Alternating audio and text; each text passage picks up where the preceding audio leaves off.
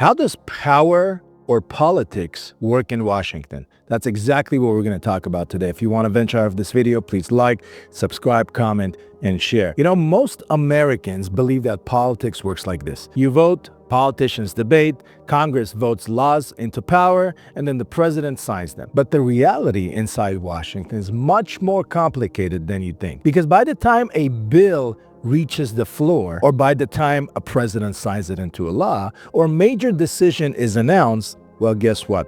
Everything has been negotiated way before all of that happened. You know what happens through donors, lobbyists, political appointments, and powerful interest groups that influence decision makings way before everything happens. And this happens at the very top of our government. And throughout our history, the scandals have repeatedly shown how this power actually works.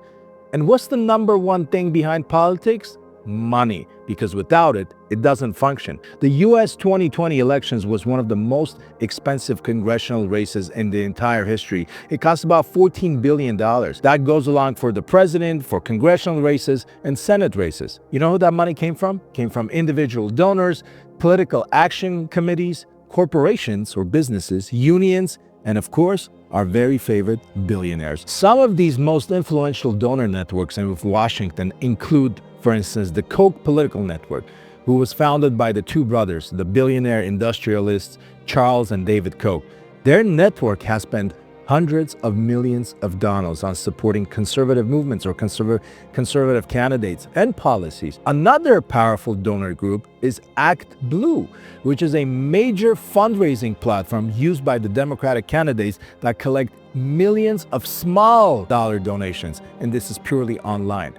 There are also massive super PACs like the Priorities USA, which is a democratically aligned one, or Senate Leadership Fund, which is a Republican aligned one, or, for instance, TPUSA. These organizations can raise unlimited amounts of money to do what? To influence elections. While donations are legal, they often give donors something extremely valuable, and that is called influence. Access to politicians, access to private meetings, access to policy discussions, access to direct communication with decision makers, lobbyists, and interest groups. Once a politician is elected, another powerful force enters the picture, and these forces are called the lobbyists. Lobbyists represent industries and organizations trying to influence our government. And what that means, when they influence the government, they influence policy. They influence what you think, what you do, and the laws that makes you live by. According to the nonprofit Open Secrets, there are over 11,000 registered lobbyists in Washington, D.C. Some of these most influential lobbying groups include the National Rifle Association, for example, to make sure the NRA wants guns in every single person's house, which has historically lobbied Congress heavily on gun legislation to make sure that guns are easily accessible to the American public. Another very interesting yet controversial PAC is the American Israeli Public Affairs Committee, which advocates for U.S.-Israel relations and foreign policy cooperations. Another example is the U.S. Chamber of Commerce, which represents business interests on taxes, regulations, and trade.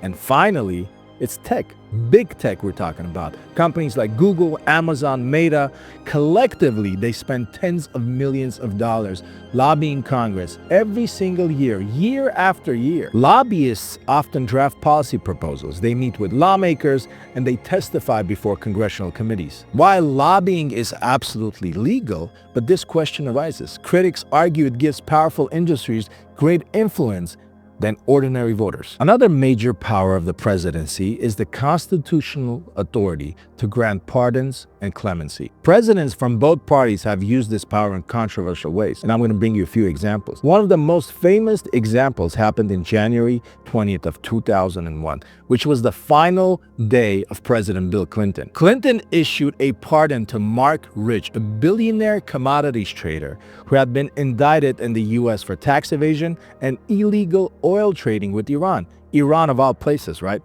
The decision caused immediate controversy throughout the whole country because Mark Rich's former wife, Denise Rich, had donated over $1 million to Democratic causes and to the Clinton Presidential Library. Congress launched investigation into this pardon, and you understand why.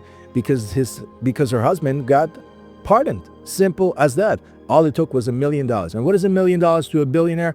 absolutely nothing. Another example happened in 1974 when President Ford, Gerald Ford, pardoned former President Richard Nixon after the Watergate scandal. Ford announced the pardon in 1974, saying the country needed to move forward. But the decision was extremely controversial and damaged Ford's political future. He didn't get elected after that. More recently, on December 23, 2020, President Donald Trump, he granted clemency to a political ally. Remember his friend, Roger Stone, his political consultant?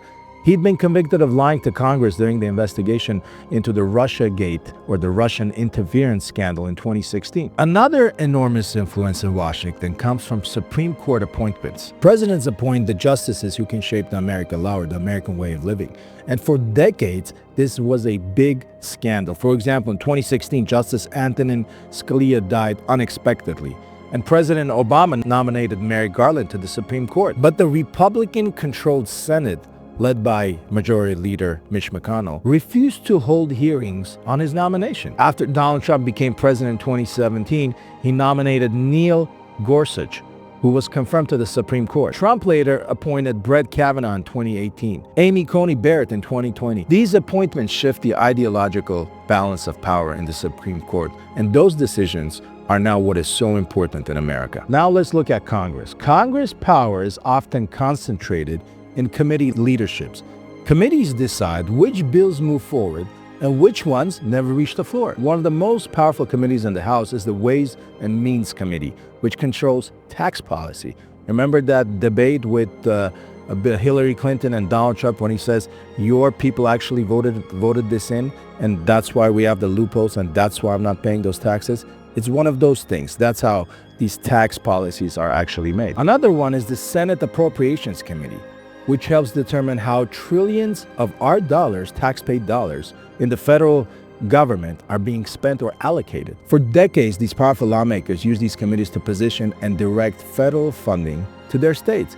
That's how exactly this works. If you want to know how these people get appointed to these committees, is whoever raises the most amount of money for the Speaker of the House, in this case Mike Johnson, then Mike Johnson will appoint you, which is the congressional candidate or the person who got elected to Congress, to be part of that committee. And these committees are what that is shaping America's laws and America's rules. That has raised concerns about conflict of interest. Former Speaker of the House, the world famous, traitor, Nancy Pelosi, she's been often mentioned in debates about congressional stock trading.